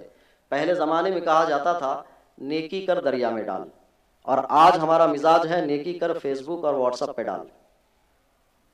یہ کہانی بہت بدلتی جا رہی ہے، عبادتوں کے رخ بدل رہے ہیں، روحانیت بدل رہی ہے، اور ہماری عبادتوں کے ذریعے سے جو نتائج اللہ کی جانب سے آنی چاہیے وہ نہیں آ رہے. اس موقع پہ یہ لفظ میرے ذہن میں بار بار گونجتا ہے کہ ہم قرآن کے مومن نہیں بننا چاہ رہے ہیں، ہم نے اپنے محلوں میں جو محلے کا نام مومن پورا رکھا ہے اس کے مومن بننا چاہ رہے ہیں. قرآن کے جب مومن بنیں گے، رب تبارک و تعالیٰ کی طرف سے وعدہ ہے پھر تمہیں سربلندی بھی عطا کی جائے گی، سرفروغ بھی عطا کی جائے گی. یہ ہمارے محلوں کے نام ہم نے جو مومن پورے رکھے ہیں اس اعتبار سے ہم مومن بننے جا رہے ہیں. تو ان دعاؤں کے سلسلے میں یہ 7 چکر ہوں گے، تو دعائیں کیا مانگنی ہیں اس کا اہتمام کر لیں کہ دعائیں اچھی سے اچھی مانگیں، خیر مانگیں. ان دعاؤں میں پوری امت مسلمہ کو شامل کر لیں، مظلوموں کو شامل کر لیں، بلا وجہ جیل میں قید ہیں ان کو شامل کر لیں. اس ملک میں امن و امان کے لیے دعائیں کریں، ہمارے ملک کی ترقی کے لیے دعائیں کریں. اس ملک کی ترقی تعلیمی اعتبار سے، ٹیکنالوجی کے اعتبار سے، ہر زاویے سے اس ملک کی ترقی کے لیے دعائیں کریں. اپنے ملکی ہونے کا، اپنے اس ملک کے ہندوستان ہونے کے فخریہ انداز میں ذکر کریں. اس کو آپ اور ہم دعاؤں میں شامل کریں. دعائیں کثرت سے مانگیں، ہر ایک کے لیے مانگیں اور بڑی بڑی دعائیں مانگیں. شرمندگی نہ ہو کہ میرے حضور نے کہا تھا کہ تمہیں حضرت موسیٰ علیہ السلام کی عورت کی طرح مانگنا بھی نہیں آتا. آپ کہیں کہ یا رسول اللہ آپ نے بتا دیا ہے، اب ہم مانگیں گے تو بڑی بڑی مانگیں گے، بہت اونچی اونچی مانگیں گے. صرف جنت الفردوس مانگیں گے، بلا حساب جنت میں جانے والا مانگیں گے، پل صراط پر پلک جھپکتے گزرنے والا بنانے والا مانگیں گے، اور 50,000 سال کا ایک دن جو میدان محشر کا ہوگا وہ بھی پلک جھپکتے گزرنے والا ہو جائے ہمارے لیے، ہم ایسا مانگیں گے. یہ بڑی بڑی دعائیں. جب 7 چکر مکمل ہو جائیں پھر اس کے بعد مقام ابراہیم پر آئیں گے، 2 رکعت نفل واجب الطواف کی نیت سے پڑھیں گے. یہاں پر بھی ہماری علامتیں ہیں، تاریخ ہیں. جیسے کہ میں نے ذکر کیا کہ حج ہماری تاریخ کو دہراتا ہے، ہماری تاریخ کو یاد دلاتا ہے. پھر اس حوالے سے ہماری آگے کارروائی ہوگی کہ جب طواف 2 رکعت واجب الطواف پڑھ لیں گے، زمزم شریف پینے کا تذکرہ کہ خوب زمزم شریف پئیں، جس کے متعلق حدیث ہے جس نیت سے پیتا ہے بندہ اللہ تبارک تعالیٰ وہ نیت پوری فرماتا ہے. اب پھر میں یہاں کہوں گا کہ نیت کیا کریں گے. اب آپ چھوٹی چھوٹی نیتیں کر لیں، چھوٹی چھوٹی دعائیں مانگ لیں، اس لیے کہ پانی پینے کے بہت سارے موقع آنے والے ہیں. تو اب یہاں چھوٹی چھوٹی دعائیں مانگیں کہ 10th میں پاس ہو جائے، 11ویں میں پاس ہو جائے، سب اس کے مانگ لیتے بیٹھیں، کیونکہ پانی بار بار پینے کو ملے گا تو بار بار کے لیے یہ چیزیں رکھ لیں. اب آگے چلتے ہیں صفا و مروہ کی اس سعی کی طرف، اس کوشش کی طرف. آپ کو اور ہمیں اندازہ ہو کہ نام جب کسی چیز کا رکھا جاتا ہے تو کسی ایک اہم جز کا رکھا جاتا ہے. اس صفا و مروہ کی پہاڑی جو ایک چکر قریب آدھا کلومیٹر کا ہے، دوسرا چکر آدھا کلومیٹر کا ہے، 7 چکر کا مطلب قریب 3.5 کلومیٹر ہوتے ہیں. یہ پیدل چلنے ہیں.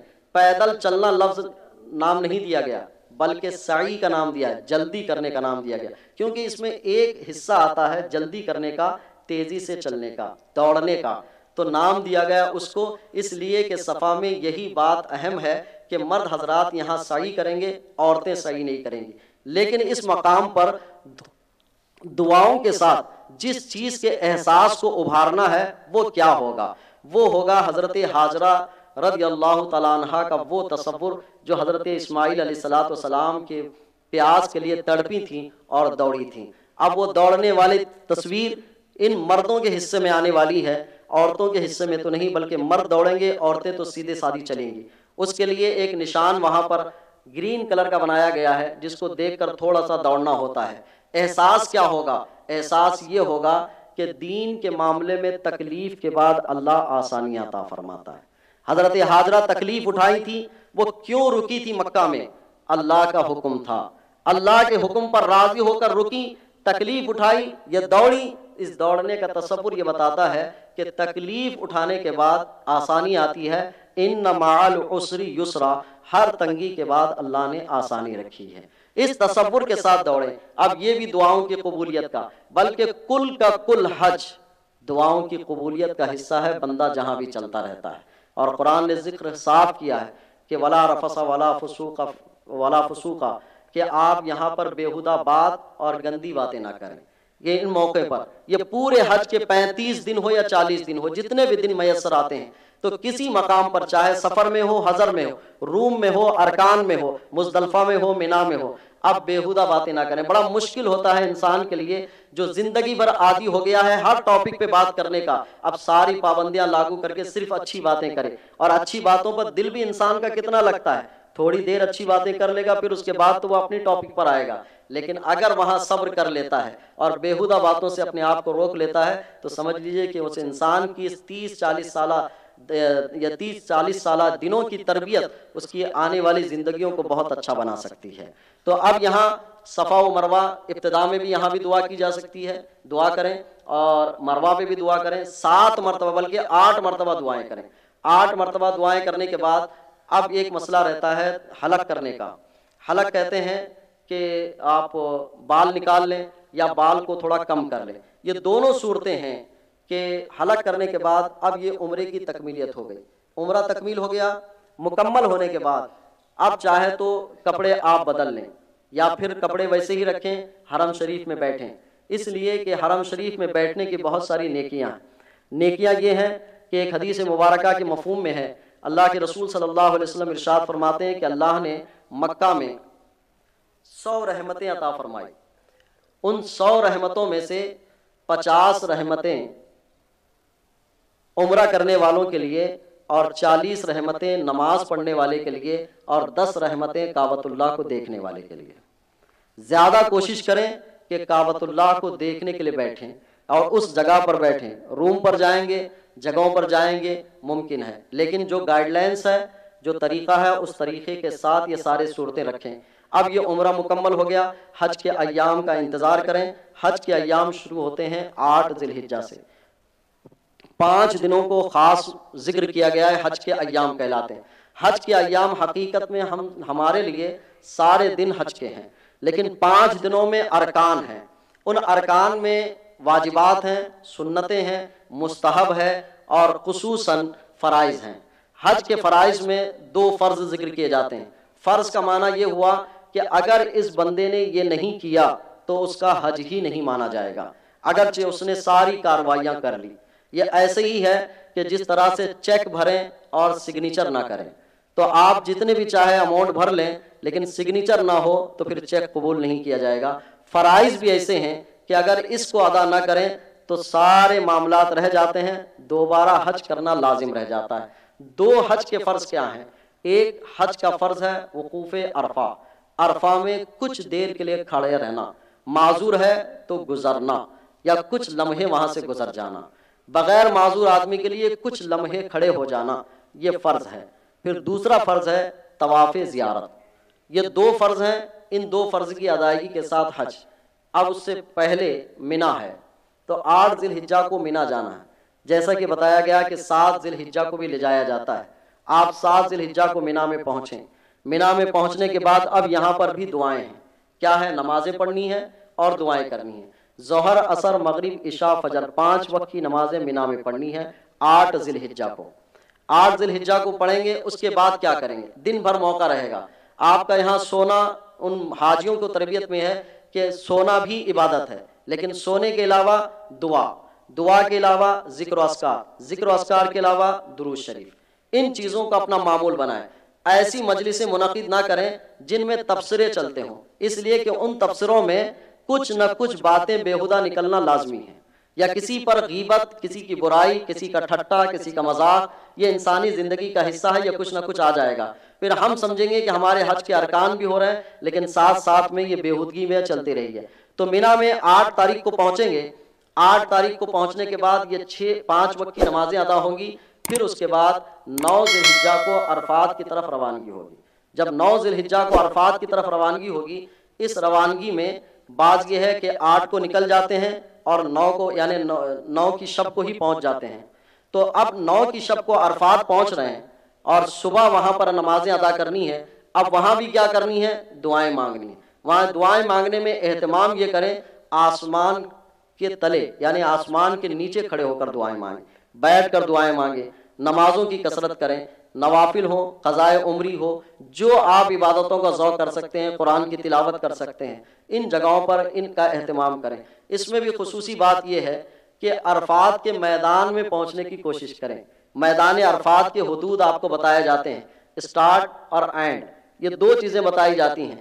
جن حاجیوں کے ساتھ غفلت ہوتی ہے، جیسے کہ بتایا گیا کہ حاجی غفلت کیا کرتے ہیں کہ کچھ پیدل آنے کا ارادہ کرتے ہیں، اور پیدل آنے والوں میں غلط فہمیاں یہ ہوتی ہیں کہ کچھ لوگ پہلے پہنچ کر حدود سے باہر ہی بیٹھ جاتے ہیں.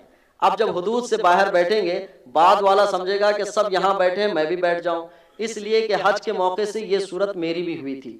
میں جب حج کے موقع سے نکلا عرفات سے مزدلفہ کی طرف، تو ہم جب چلتے رہے تو میں نے دیکھا کہ بہت سارے لوگ وہاں پڑاؤ ڈال کر لیٹے ہوئے ہیں، بیٹھے ہوئے ہیں. میں چلتا رہا. چلنے کے بعد جب میں تھک چکا اور وہاں جا کر میں جب اپنی عبادت و ریاضت کیا، جب صبح ہوئی تو صبح ہمیں پتا چلا کہ جس جگہ ہم پہنچے ہیں وہی مزدلفہ کا اسٹارٹ کا تھوڑا اندر کا حصہ ہے، باقی سب باہر ہے. تو جو حجاج وہاں بیٹھے ہوئے تھے، میں افسوس کرتا رہا کہ یہ رات کی تاریکی میں دیکھ نہیں پائے کہ مزدلفہ ہے کہاں، وہ وہیں پر رہ گئے. یہ مزدلفہ میں کریں تو کچھ مسئلہ الگ ہو سکتا ہے کہ اس میں دم وغیرہ دینے کی ضرورت پڑ سکتی ہے، لیکن عرفات میں اگر کسی نے کیا، عرفات کے میدان میں ٹھہر ہی نہیں پایا، رک ہی نہیں پایا، حج ہی نہیں ہوگا. یہ اہتمام ضرور ہے کہ عرفات میں اس کا خیال ہو، عرفات میں کھڑا رہے. پھر عرفات سے ظہر، عصر، مغرب کی نماز پڑھنے سے پہلے، مغرب سے پہلے نکل جائیں. مغرب اور عشاء انہیں مزدلفہ میں پڑھنی ہے. تو مغرب اور عشاء کو مزدلفہ میں پڑھنا ہے. اور رات میں تھکے ہوئے لوگ رہتے ہیں، کچھ دعائیں کر کے آرام کرنا چاہیں تو کر لیں. میں تربیت تو اس انداز کی کر دوں گا کہ رات بھر دعائیں کریں، لیکن انسانی باڈی ساتھ نہیں دیتی ہے. کوئی پیدل بھی آیا، سفر سے بھی آیا، ٹرین سے بھی آیا، بس سے بھی آیا، تو وہ تھک چکا ہوتا ہے. تو میں کہتا ہوں مغرب و عشاء فوراً پڑھ لیں اور کچھ دعاؤں کا اہتمام کریں. ان دعاؤں کے اہتمام کے بعد سیدھے وہ فجر کے ابتدائی وقت کا انتظار کریں پہلے. اور مزدلفہ میں خصوصاً حقوق العباد ایک ایسا حق ہے جس کے متعلق احادیث میں آیا ہے اللہ تبارک و تعالیٰ بندوں کے گناہوں کو معاف کر دیتا ہے وہ جو اپنے سے متعلق ہوں، لیکن بندے کے معاملات بندے سے ہوں تو اللہ اس وقت تک معاف نہیں فرماتا جب تک کہ بندہ خود معاف نہ کرے. اور یہ صورت اتنی پیچیدہ ہے کہ میں کبھی دعویٰ کر سکتا ہوں اس مسئلے کو لے کر کہ اللہ تبارک و تعالیٰ میرے گناہوں کو بخش دے گا، کیونکہ وہ رحیم ہے، وہ کریم ہے، میں گناہ گار ہوں، اور اس کے رحیم اور کریم کی صفت میرے ہی لیے ہے کہ وہ مجھے بخش دے. لیکن میں یہ دعویٰ نہیں کر سکتا کہ کوئی انسان میری غلطیوں کو معاف کر دے، کیونکہ انسان خود غرض ہوتا ہے، اس کے متعلق نہیں ہے کہ وہ معاف کرنے والا ہے، وہ رحمان ہے یا رحیم ہے، اس کے لیے نہیں ہے. لیکن اللہ کے لیے ہے تو میں یہاں دعویٰ کر سکتا ہوں، لیکن انسان کے لیے دعویٰ نہیں کر سکتا. حقوق العباد میں ہر بندہ گرفتار ہے، چاہے وہ چھوٹا ہو کہ بڑا ہو. اتنے حقوق اس نے لے لیے، اندازہ بھی نہیں کہ ہمیں حقوق ہمارے ایک دوسرے پہ کتنے باقی ہیں.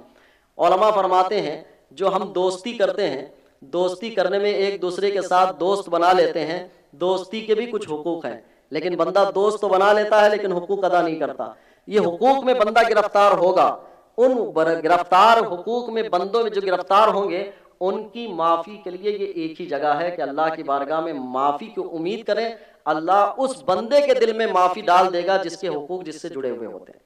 تو یہ مزدلفہ والی جگہ ہے۔ کیسے حقوق؟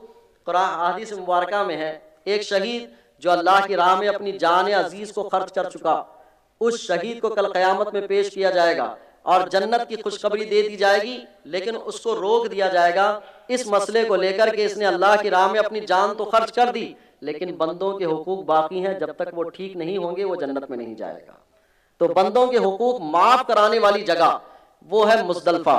تو وہاں پر میاں بیوی، شوہر بیوی کے ساتھ، اور ماں باپ اولاد کے ساتھ، اولاد ماں باپ کے ساتھ، استاد شاگرد کے ساتھ، پیر مرید کے ساتھ، اور ان سب میں ایک دکاندار میں کام کرنے والا نوکر اپنے دکاندار کے ساتھ، ایک امپلائر اپنے اپنے جو مین ذمہ دار ہوتا ہے اس کے ساتھ، ایک دوسرے کے حقوق ایک دوسرے سے ریلیٹڈ ہیں۔ یہاں اب معافی طلب کرنے، معافی مانگنے کا ہے۔ اللہ کی بارگاہ میں یہاں معافی مانگیں، اللہ ان کے دلوں میں رحم ڈال دے گا، وہ معاف کر دیں گے۔ اس سے یہ ہوگا کہ آخرت کے میدان میں حساب دینے میں بندے کو آسانی ہوگی کہ اس نے معاف کر دیا ہے۔ یہ معافی ہو، یعنی یہ دعا کریں، پھر مزدلفہ سے پھر مینا کی طرف آئیں۔ اب مزدلفہ سے مینا کی طرف آئیں گے، یہ 10ویں ذی الحجہ ہوگی۔ 10ویں ذی الحجہ میں جب مزدلفہ سے نکلیں تو فجر ابتدائی وقت میں پڑھ کر نکلنے کی کوشش کریں اور مینا میں آ جائیں۔ مینا میں آنے کے بعد اب آپ یہاں پر انتظار کریں سورج کے زوال کا۔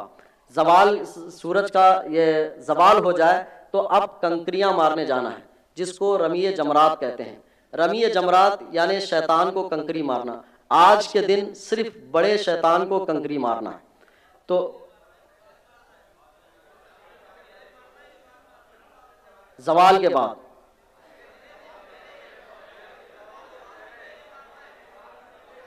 شکریہ، جزاک اللہ، زوال سے پہلے آپ سارے لوگوں کی ایک ساتھ اصلاح مشکل ہے میرے لیے۔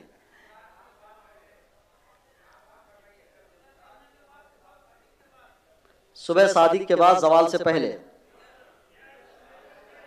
جزاک اللہ۔ میں نے بھرے مجمع میں آل انڈیا حج کمیٹی آف انڈیا اس میں اصلاح قبول کر لی ہے۔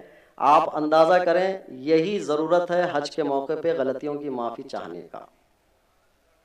قبول کر لیں کہ اپنی غلطیاں مان لیں۔ غلطیاں جب مان لی جائیں گی تو اللہ کی بارگاہ میں بڑے محبوب بندے بن جائیں گے۔ اللہ نے وعدہ فرمایا ہے کہ جو بھی اپنی غلطی کی معافی چاہے میں اس کی عزت کم نہیں کروں گا، اس کی عزت بلند کروں گا۔ پہلے جب یہ جمرات ہے، کنکریوں کو مارنا، اس میں کیا تصور لایا جا سکتا ہے؟ ایک تاریخی پس منظر ہے، ایک تربیتی پس منظر ہے۔ تاریخی پس منظر وہ ہے جو حضرت ابراہیم علیہ السلام نے اطاعت الہی سے روکنے والے شیطان کے وسوسے کو، شیطان کے معاملے کو لے کر کنکری ماری تھی کہ شیطان روک رہا تھا کہ آپ اپنے ایک خواب کی بنیاد پر اپنے بچے کو ذبح کریں گے۔ تو حضرت ابراہیم علیہ السلام نے کہا یہ شیطان کا وسوسہ ہے، تو آپ نے کنکری ماری تھی۔ جب کنکری ماری تو یہ تصور ہمیں ہونا چاہیے کہ شیطان کا وسوسہ جہاں جہاں آئے، اے اللہ ہمیں اس سے ڈیفنس کرنے، اس کو توڑنے، اس کو مارنے کی توفیق عطا فرما۔ یہ آنا چاہیے، اس لیے کہ یہ تربیت کر رہا ہے۔ یہ 3 شیطان نہیں ہے، ایک شیطان 3 موقعوں پر 3 جگہوں پر اس نے وسوسے ڈالے تھے اور حضرت ابراہیم علیہ السلام نے کنکریاں ماری تھی۔ لیکن آج جس طرح کے وسوسے ہمیں اور آپ کو جن جگہوں پر آتے ہیں، ان میں صرف کنکریوں سے نہیں بلکہ پتھروں سے مارنے کی ضرورت ہے۔ اور یہاں پہ یہ تصور آئے، ایک تاریخی پس منظر آئے، ایک تربیتی پس منظر آئے۔ تربیتی پس منظر یہ ہے کہ شیطان کے وسوسے جہاں جہاں آئیں گے ہم کوشش کریں گے کہ اس کو ڈیفینس کریں اور اس کو ختم کریں۔ اور یہ وسوسے کہاں کہاں آتے ہیں اس کی مختلف شکلیں۔ اس تصور کے ساتھ پہلے دن شیطان کو کنکری مار کر پھر مینا آئیں گے۔ بہت سارے حضرات مینا آنے کے بجائے قریب عزیزیہ میں جو ہوٹل ہوتے ہیں وہاں چلے جاتے ہیں، وہ تھوڑا سا فری رہنا چاہتے ہیں۔ یہ پہلے آنے کے بعد کچھ اور چیزیں ہیں کہ جب کنکریاں ماریں گے اب اس کے بعد حلق کرنے کا مسئلہ ہوتا ہے کہ حلق کب کرے گا؟ 2 چیزیں ہوتی ہیں، ایک قربانی کرنا کہ قربانی آپ کی جو ٹائمنگ کے لیے ٹائم دیا گیا رہتا ہے، آپ نے قربانی کے لیے پیسے جمع کیے ہوتے ہیں، پھر ان کا ایک ٹائم دیا گیا ہوتا ہے، اس ٹائم کے حساب سے ترتیب سے کرنا ہوتا ہے۔ ترتیب میں یہ ہے کہ آپ کی قربانی کا جو ٹائم دیا گیا ہے اس ٹائم کے بعد آپ اپنے سر کا حلق کروا لیں، اور یہ حلق کروانے کے بعد حج کے اہم فرائض سے آپ سبکدوش ہو گئے۔ اب احرام کھولنے کی گنجائش بن جاتی ہے۔ احرام کھول کر سادے کپڑے میں آپ اور ہم جمع ہو سکتے ہیں کہ اب یہاں پہ ہمارے وہ ارکان احرام کی پابندیوں والے ختم ہو گئے۔ اب اس کے بعد کچھ لوگ احرام کی پابندیوں سے نکلتے ہیں تو وہ چاہتے ہیں کہ میں ہوٹل پہ جاؤں، مینا سے جن کے قریب ہوٹل ہوتے ہیں وہ کہتے ہیں کہ مجھے راستہ معلوم ہے، میں چلا جاؤں گا۔ آپ کو اور ہمیں اللہ تبارک تعالیٰ نے اس مقام پر بلایا تو کس لیے بلایا؟ اس لیے کہ ان مقامات پر کھڑے ہو کر تم اپنے لیے دعائیں کرو، اپنے لیے کچھ مانگو۔ بندہ وہاں بھی سہولت چاہے اور یہ چاہے کہ میں آرام کروں گا ہوٹل میں جا کر، زندگی بھر تو آرام ہی کرتے رہے، ان آراموں کے ساتھ وہاں بھی آرام ہی کرتے رہے، تو پھر حج کا وہ عظیم مرحلہ کتنا فائدہ اٹھایا انہوں نے؟ نہیں اٹھایا۔ اسی لیے گزارش ہے، مینا سے باہر جانے پر علماء منع فرماتے ہیں کہ مینا کے میدان میں رہیں، مینا سے باہر نہ جائیں اور مینا ہی میں رہیں۔ اب اس دن رہنے کے بعد چاہے تو اس دن آپ طواف زیارت کر لیں، طواف زیارت اس دن بھی کر لے سکتے ہیں، اگر تھکاوٹ ہو تو 10، 11، 12 ان 3 دنوں میں طواف زیارت کیا جا سکتا ہے۔ اب طواف زیارت 10 دن میں نہیں، 10ویں دن میں نہیں ہو پائے تو 11ویں دن کا ارادہ کریں، اور 11ویں دن میں پھر آپ کو یعنی حاجیوں کو تینوں جمرات کی یعنی تینوں جمرات کو رمی کرنا ہے، اور جب تینوں جمرات کو رمی کرنا ہے تو اس میں جو ٹائمنگ دیے ہوئے ہیں اپنی سہولتوں کے حساب سے نکلیں اور تینوں جمرات کی رمی کریں۔ پھر میں کہوں گا کہ نیت کیا کرنی ہے کہ شیطان سے لڑنے کی طاقت اور قوت پیدا ہو جائے، نفس سے لڑنے کی طاقت اور قوت پیدا ہو جائے، اس لیے کہ ان سے لڑنے کی اور ان سے دفاع کرنے کی تعلیمات ہمیں دونوں قل میں دی گئی ہے، جو قل اعوذ برب الفلق، قل اعوذ برب الناس میں کہی جاتی ہے۔ یہ صرف تدبیروں سے ٹھیک نہیں ہوتے ہیں، ان کے لیے دعائیں بھی کرنی پڑتی ہے کہ شیطان کے نفس سے کیسے بچا جائے، شیطان کے شر سے کیسے بچا جائے، اور نفس کی شرارتوں سے کیسے بچا جائے۔ ان تصورات کے ساتھ اس دن کی تینوں دن کی رمی جمرات کریں، پھر مینا میں آئیں، پھر دعاؤں کا وقت ہے، ان دعاؤں سے گزریں، پھر تیسرے دن ہے اور تیسرے دن رمی جمرات کرنی ہے، اور رمی جمرات تینوں شیطانوں کی کرنی ہے۔ پھر ان تینوں شیطانوں کی رمی جمرات کرنے کے بعد آپشن ہے چاہے تو مینا میں رہیں یا پھر اپنے روم پر آ جائیں۔ زیادہ تر لوگوں کو جلدی ہوتی ہے کہ روم پر آتے ہیں، سورج غروب ہونے سے پہلے پہلے جو لوگ نکل گئے ان کے لیے مناسب ہے کہ وہ روموں پر، اپنے کمروں پر، حرم شریف جہاں جانا چاہتے ہیں جائیں، لیکن اگر سورج غروب ہو گیا تو ان کے لیے یہ ہے کہ وہ ایک دن اور رکیں، اور رک کر 13ویں کے شب میں یا 13ویں کے دن میں پھر رمی جمرات کر کے وہ باہر نکلیں۔ عام طور پر نکلنا واجب سمجھ کے لوگ نکلتے ہیں، نکلنا واجب نہیں ہے، بہتر ہے کہ آپ نکل سکتے ہیں، اگر نہیں نکلے رکے رہے مینا میں، ایسا نہیں کہ پورے ٹینٹ خالی ہو جاتے ہیں اور آپ سناٹے کے عالم میں ہوتے ہیں۔ جب یہ نکل جائیں گے تو اب حج کے قریب قریب ارکان پورے ہو گئے، اب روم پر جائیں۔ ما بقیہ دنوں کے معاملے کو لے کر ہم اور آپ عبادتیں، ریاضتیں، طواف کرنا ہے، عمرے کرنا ہے، تو ان ساری چیزوں کو ہم اور آپ کر سکتے ہیں، زیادہ سے زیادہ کریں اور زیادہ سے زیادہ عبادت۔ لبیک اللہم لبیک، لبیک لا شریک لک لبیک، ان الحمد والنعمت لک والملک لا شریک لک۔